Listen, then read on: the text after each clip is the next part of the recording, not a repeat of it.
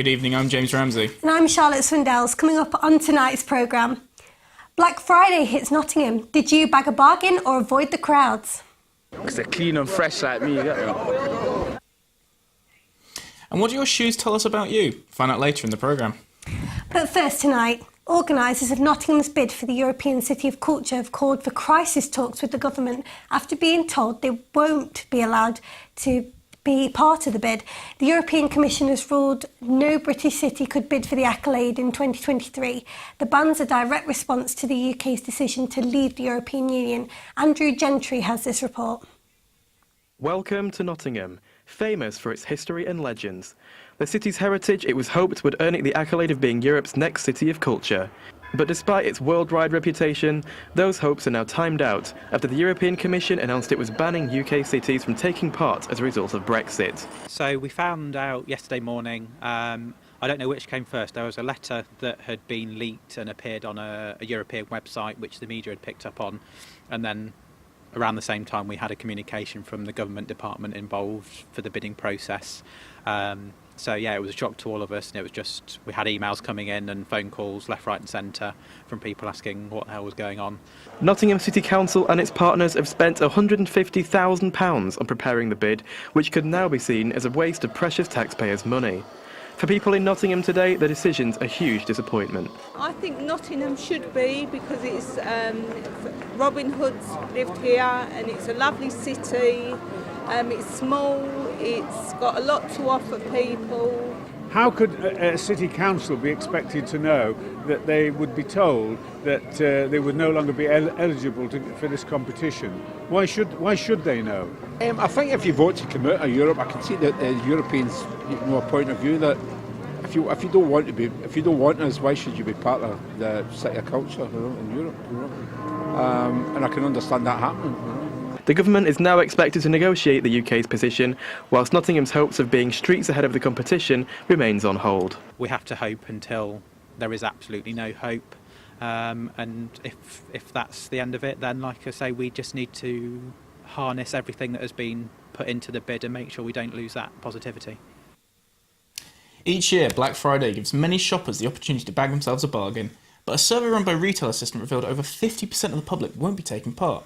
Have you bought anything on Black Friday? I haven't actually. I mean, I'm into photography, so you'd think cameras would be one of the things that you could get a good deal on, but it's by the by, really. Black Friday, January sales. I mean, I know you've got an interesting story. Yeah, I bought a TV from PC World, but I found out afterwards that there was no sale at all. There was just... Oh, right. But Amber Spong went to find out if Black Friday is as popular as it appears. Black Friday fever has hit Nottingham with dozens of discounts from store to store. But experts are warning that savvy shoppers are refusing to fall for this hype, with many preferring to bag a bargain online.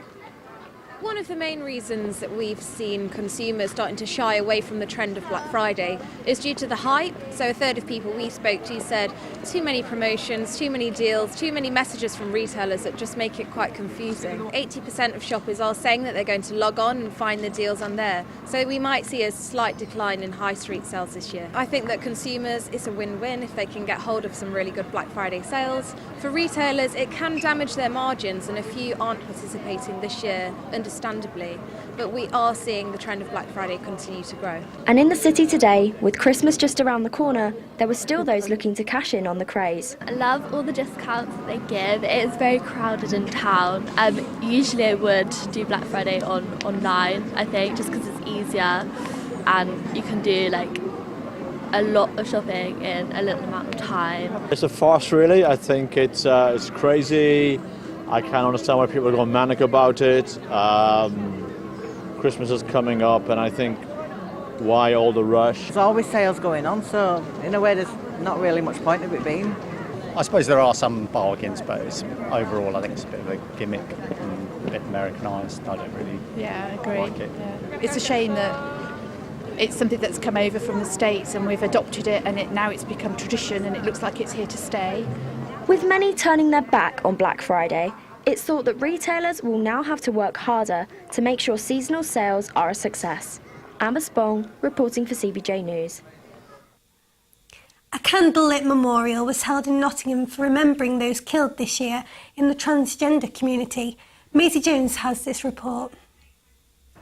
In the last 4 years, there's been an 80% increase in attacks against the LGBTQ community. I'm here at Barkergate in Nottingham, where the annual Remembrance Day for transgender people is being held. Today we hold you in our minds, our hearts.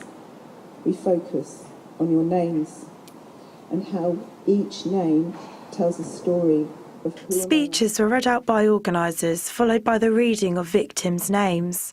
Therefore, due to the sensitivity of the event, we weren't allowed to film. This is a really difficult day because it's the day we memorialise the hate murders that have happened in the last year towards trans people all over the world. I mean, it's an enormously important day in the calendar. It's also a very difficult day, I think, for us as a community, and especially at the end of Trans Awareness Week. I've been isolated a lot myself, and I have Asperger's syndrome, and it's like there's a lot of depression in it as well, and there's a lot of doubt and a lot of people telling you what you shouldn't be and what you should be, and so you're trying to balance that out with telling people who you are but not overextending yourself. It doesn't take much to spread hate, but it takes a lot to reverse it. Fortunately, there has been an increase in terms of those that have been killed through to being there themselves. I do think that, people appreciate that these events take place. This is the third year that we've held this event and numbers are increasing. I mean, we all do far more work. We're all part of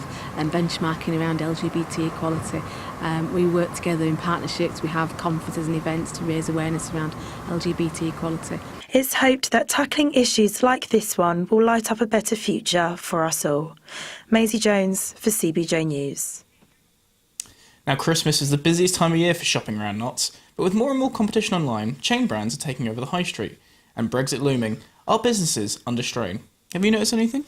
I come in the tram a lot going into Nottingham, and there's just streets with shops boarded up. So, yeah, no, I agree. It's sad. The shopping centre in town, one of the shopping centres has over half of its shops actually shut, just empty. Yeah, Broadmarsh, of course. Broadmarsh, sorry, yeah. It's just that's it, all closed. But our reporter, Nuna Hemmetpour, has a look at Notts' local shops and their failures and successes.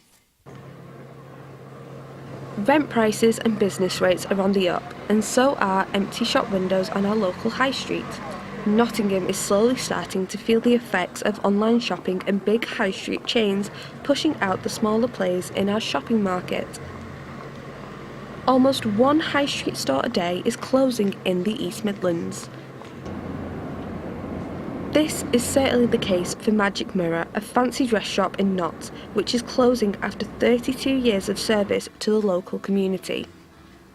There's many reasons for us closing down. Obviously, kind of a seed change in the way people do shop. So we've had lots of competition with the internet, people going to out-of-town retail shops, and obviously then they've got the big supermarkets coming in. They've taken a lot of the trade. I mean, the council doesn't help. The big chains don't help. I think there is a real issue with Nottingham has been a very successful retail city, and rents are expensive. I think legislation needs to change. I think the way certainly businesses are taxed and certainly how the government treats us needs to change. But it's not all bad news for independents. The Ugly Bread Bakery has just opened its second branch in Nottingham after an overwhelming demand. I wanted to ask what the magic recipe was for making independents work so well. You've got to be willing to put the hours in. When the shop's open, the hours don't just stop there. It's late nights, early starts, just keeping motivated, keeping on top of things that are going on in the city, like events. For example, like the Nottingham Pride, we do special pizzas with Nottingham Pride. Just working along with events that the city offers and keeping up with the time. The battle between independent shops and high street superstores continues. Nuna Hemmetpour for CBJ News. Now, another Notts favourite that we're losing. Spanky Van Dyke's is set to close 7 years after opening. Despite business booming, management of the self-named Eatery and Funhouse have been forced to make the decision as building is being developed by landlords. Their last night will be New Year's Eve. Now, shoes may seem like they're simply an essential piece of clothing, but there's much more to them than meets the eye. That's according to a new exhibition run by researchers from Nottingham Trent University. Eve Gatesell has this report. Nottingham Writers' Studio is the home of a new exhibition exploring the role of shoes in expressing identity. Shoe and Tell presents photos of individual people's shoes alongside personal stories of their experiences. The research for the exhibition focused on how teenagers express their identities in modern society. So I would invite groups of teenagers to come, and normally I'd go to their houses, but they would come groups of friends and they would bring a loved pair of shoes, a favourite pair of shoes, and sometimes even a pair of shoes they didn't like very much, and actually just talk about them. So talk about how long they've had them, how they feel when they wear them, and very importantly what they feel it says about them, and kind of using that as an inroad to understand how they kind of think about identity and what sort of things mean to them, how they feel when they wear shoes, and the kind of words they use to describe themselves and their personality. The exhibition has been selected to be part of the National Being Human Festival, the UK's only national festival celebrating the humanities. It aims to showcase the humanities to a wider audience, whilst also celebrating teenage identity, which has been a learning experience for those involved.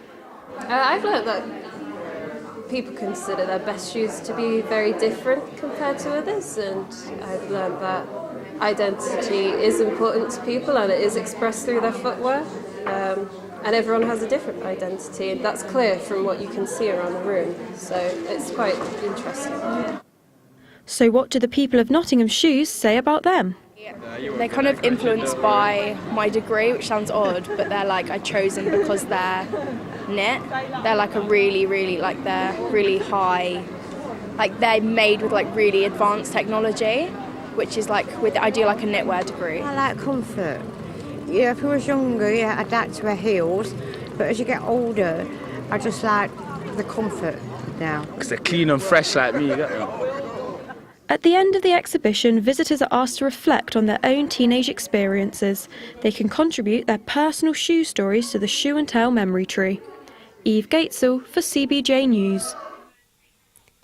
A Nottinghamshire firm is hoping to revolutionise travel by developing cars that fly. The Nottingham-based Neo Xcraft is set to be in production by 2020 and can travel by air, road and water. Developers say the low-emissions vehicle will beat congestion. It's just the right way to move. At the moment we have zero amount of space on the road, let's go up. We're looking at airspace above where birds fly, so above 1,000 feet, and up to say 4,000 feet. If you look at that corridor, we've got uncontested airspace there. It's completely void of most craft, unless you've got commercial airliners coming in to land or to take off. And now for a roundup of today's sport news and a look at what the weekend has in store for our local teams. Here's Ellie. Over the weekend, Nottingham will play host to 3 football matches. Notts Forest face off against Cardiff City after 2 defeats in a row. The Reds will be looking to turn a corner on their season. Forest sit 8th in the Championship. Notts County will be facing Colchester at Meadow Lane. County sits 2nd in the League 1 table, tied with Luton on points. Finally, Mansfield Town will be looking to continue their amazing run with a 5th win over Chesterfield. Midfielder Paul Anderson says that the fans are keeping them motivated. To play in it, obviously, here it's nice to be here. I'm sure we'll get a good following from the fans. They've, like we say, they've been brilliant. So yeah, we're all looking forward to it. But we've got to take it from a professional point of view that it's just another game. The Ashes kicked off yesterday in Australia. England started strong in the Gabba, reaching 245 runs for only 4 wickets. However, the wheels fell off slightly as England ended their day on 302 all out. Nottinghamshire players Stuart Broad and Jake Ball combined for only 34 runs, but have managed to take 2 wickets as Australia will resume their session on 165 for 4. I'm Ellie Beetham, and that's all your sport for now. Over to Maisie Jones with your weather. It's been a beautiful sunny day today. Although a little chilly on the side, it will remain like this for the rest of the early evening. It's going to stay cold with temperatures around 4 degrees, dropping to 1 overnight. Over the weekend, it will be very similar, staying dry and bright, but very fresh. Temperatures around 5 degrees. Into Sunday, we're looking to see temperatures around 2 degrees. It all changes at lunchtime though. Expect some wintry showers throughout the west of the region. Temperatures are around 5 degrees, so wrap up warm and stay dry. Have a lovely weekend. Bye-bye. Well, thanks, ladies. I think Sunday's going to be a duvet day. Yeah, it sounds like it. Well, I hope the weather's better down there in Australia for the Ashes. Cause, Yeah.